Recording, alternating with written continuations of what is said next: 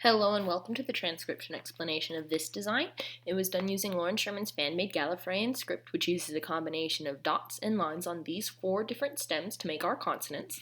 And the vowels are these smaller circles, and they kind of change their position depending on if they're by themselves or if they're enclosed on one of these 4 consonant stems. Anyway, it makes the most sense in practice, so let's go ahead and hop to this design.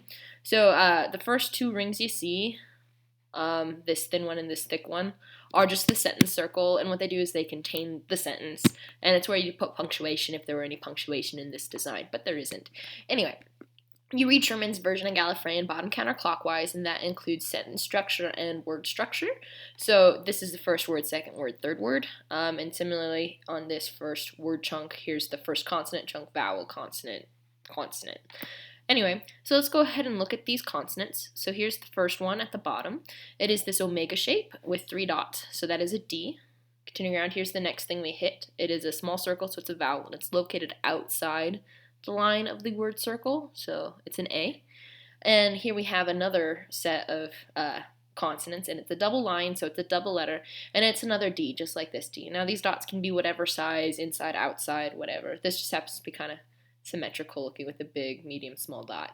Anyway, so here is a D, A, D, D, and then here we have our last consonant, which is a circle on the line of the word circle with 2 dots, so that is a Y. So daddy is our first word. Here's our next word. Here's the bottom of it. Here's the first thing we hit. Now these 2 are on the same position on the word circle, so you'd always read the consonant first and then the vowel. So it's like this, right? You read the consonant and then the vowel. So here's our consonant stem. It's a circle inside our word circle with 2 dots. So that is a K, because in this script you only use the C if it's a proper noun or an acronym. If it's a word that has a C that goes K, you use a K. So here's a K. Here's an A, just like this one. Here we have another double line, so it's another double letter with 3 dots. So it's this arc that's 50% or less. So any arc that's shallower or the same as 50% of the circle is this stem, and it has 3 dots. So that is an R, so it's K-A double R, and then we have another Y, just like this Y. Here's our circle on the line of the word circle.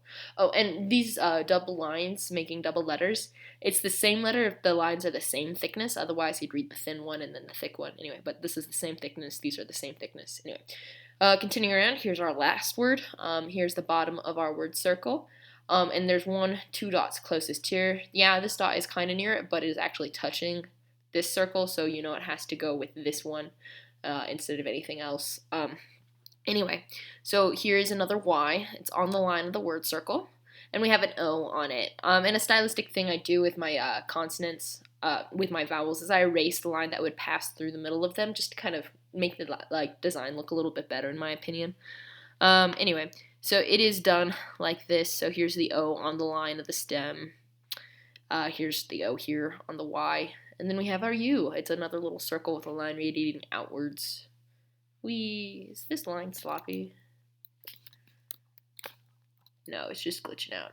Yeah, I'm seeing that and I'm like, no, it's just the PDF being weird and loading funny. Anyway, so that's this explanation of this design. I hope you love it. I got lots of dots, as there was only 1 line in the whole design on the U and lots of dots for the D, the R, the Y. Anyway.